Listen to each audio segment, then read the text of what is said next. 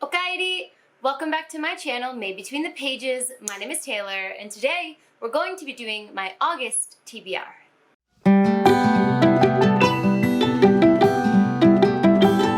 So this TBR is kind of a mixture of my shame pile from last month of books that I couldn't get to, which is quite a bit, as well as a TBR for the DRACONATHON created by Jade over on Jaded Reader. I did this readathon last year and it was amazing. So basically Jade has created prompts based on dragons from different areas in the world, and the goal is to read dragon stories. But if you can't find a story that matches the dragon prompt, you can find a story that matches the global prompt, which is the part of the world that dragon is from. As a fantasy lover, this readathon is right up my alley. So I participated last year and I loved it, so I decided to participate again this year. I'll be sure to link Jade's video down below in the description if you want to check out this readathon for yourself and see if you'd like to join. But without further ado, let's go ahead and talk about the books I plan to read this month. Also, just a quick disclaimer that these dragons are from all over the world, so if I pronounce their names incorrectly, cut me a little slack, I'm trying. The first dragon is Chuen. The dragon prompt for this is poetry, so to read a book of poetry, or the global prompt is China or Asia, because that's the part of the world that this dragon is from. Now, I do like poetry, but I don't have any collections really on my radar currently, so I decided to go for the global prompt for this one. I've decided to read Wabi Sabi by Nobuo Suzuki. This is obviously not from China. This is a Japanese-based book, and the author's name is definitely Japanese, but I'm not sure if this author was born in Japan or is American. I wasn't able to find any really biographical information about this author, so I'll do a little more research to make sure that I'm actually doing this prompt correctly when I pick up this book. But if it turns out that this author is not actually Japanese, then I think I'm going to go for the later books in Spy Family. This is a manga that I've been loving recently. But if it turns out that it is acceptable, I will go with Wabi Sabi. Wabi Sabi is this idea in Japanese society that imperfection is reality. Things don't have to be perfect for them to exist in a perfect way, if that makes sense. So I'm really interested to read this book. I think it's the kind of, it's not necessarily a self-help book, but it's the kind of information I need in my life right now. And I'm really excited to pick this one up.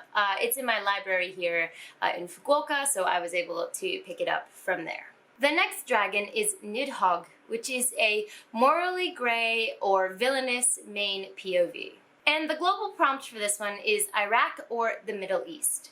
Now, for this one, I do have quite a lot of books that I'm reading that have a morally gray main character or a villainous main character, but they don't have dragons in them, so they don't quite match the dragon prompt. So for this one as well, I'm gonna go for the global prompt. For this one, I'm actually going to go with Laughing Without an Accent, which is the sequel to Funny in Farsi.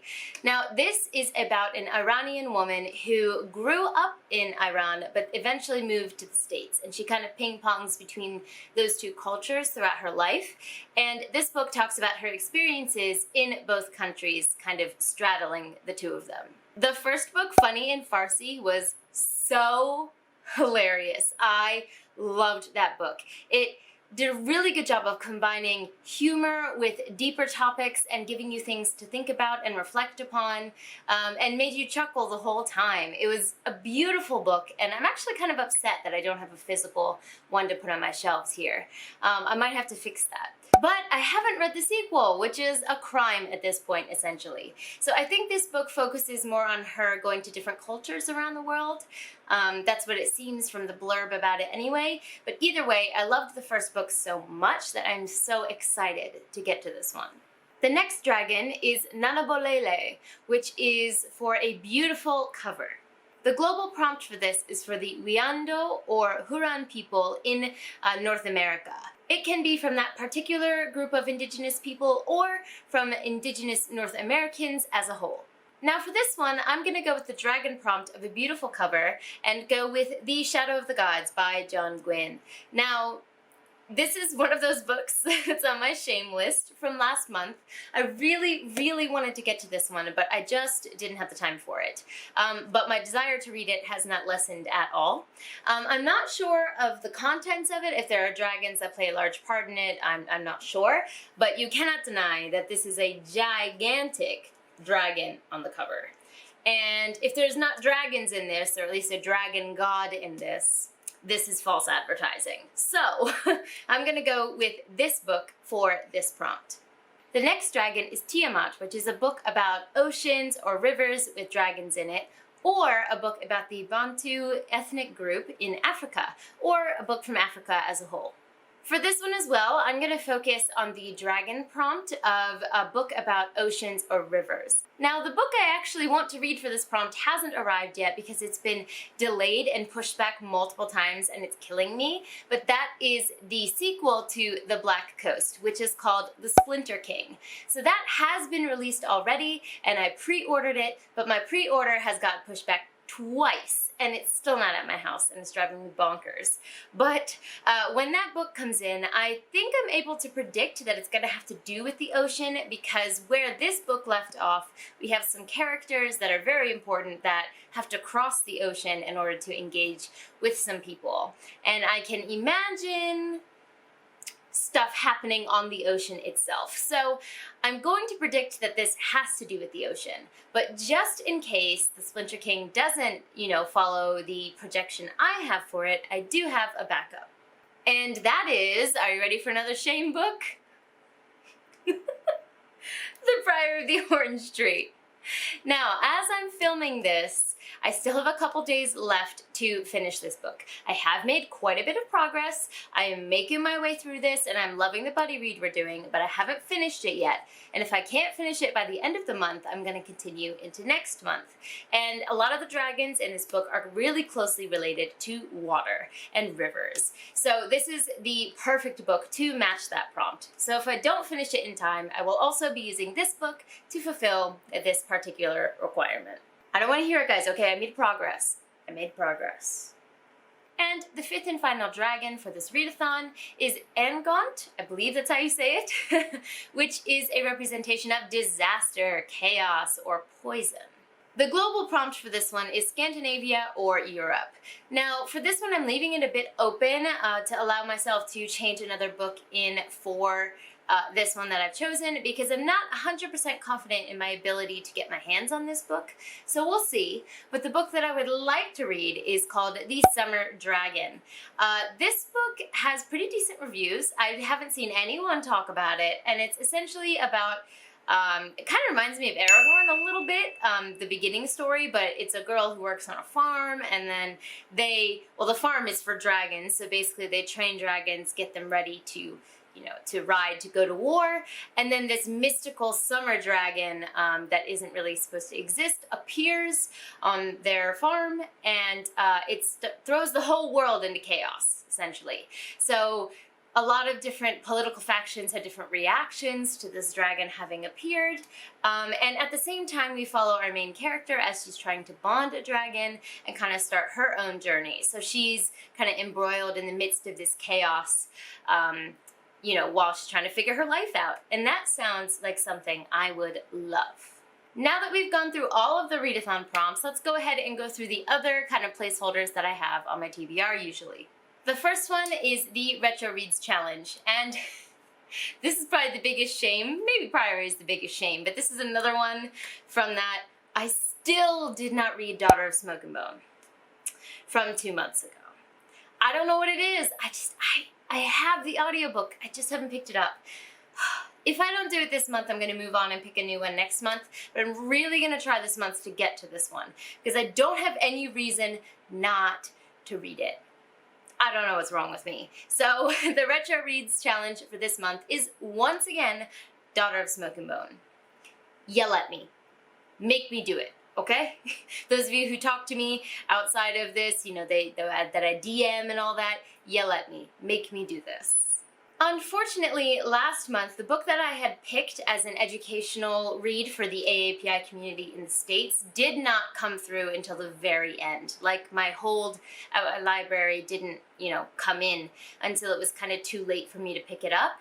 So I might be doubling up on that in this coming month. So there was Making of Asian America, that was from July, that I still really want to read. So that's definitely still on my TBR. But the other book I want to add for this part of my TBR is Infamy.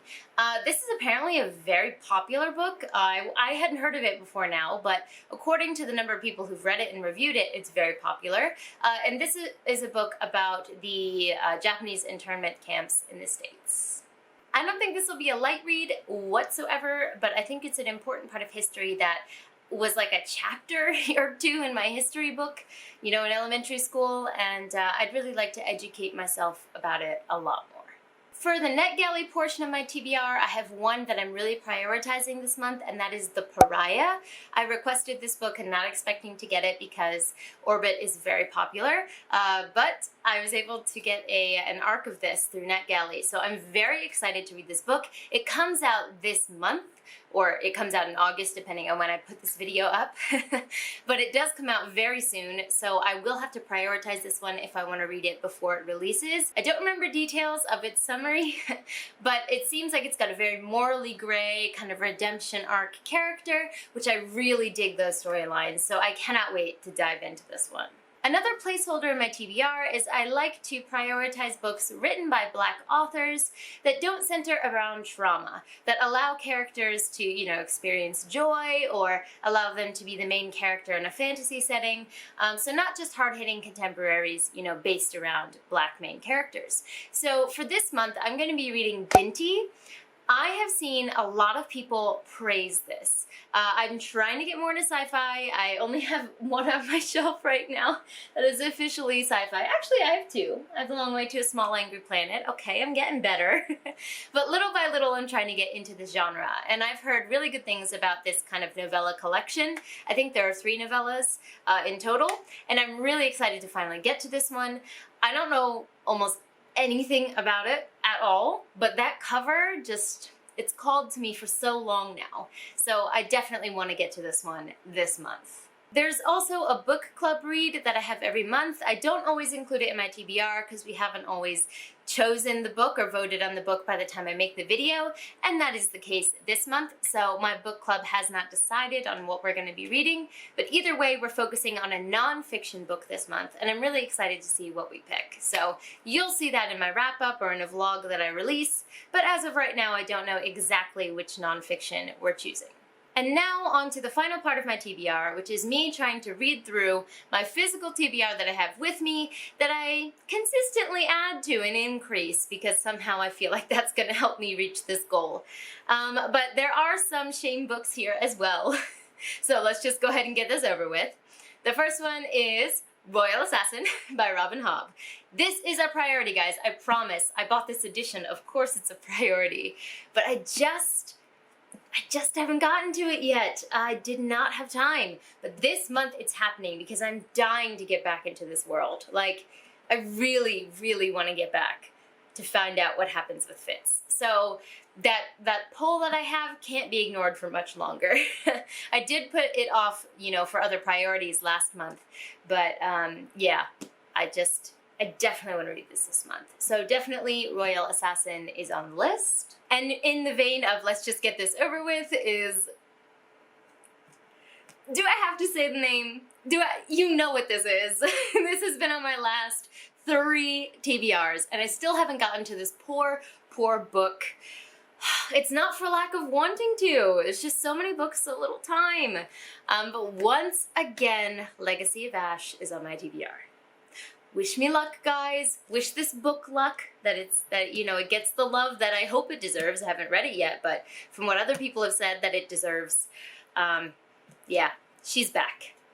This one as well. But there's also a new girl in town, okay? So I don't think that my vlog will be up yet, talking about the Indie Accords readathon, which it was the readathon that I was a part of in July, where we focus on indie or self-published books. But I found one of my favorite books I've read, and I don't even remember how long, through this readathon, and that is Along the Razor's Edge by Rob J. Hayes. This is a self-pub book, and if I could give this book 10 stars, I would. I am obsessed with it. It is so good. In this first book, we follow Eska as she reflects on her life. So she's an older woman telling the story of when she's younger. But unlike other, stories told in that style, this one really pulls it off beautifully because all of the little tidbits we get about, the future adventures we're going to see of her, they just make me want to read more. It doesn't make me feel like the stakes are gone. It makes me feel like I have a lot more to look forward to. So that writing aspect of this is amazing.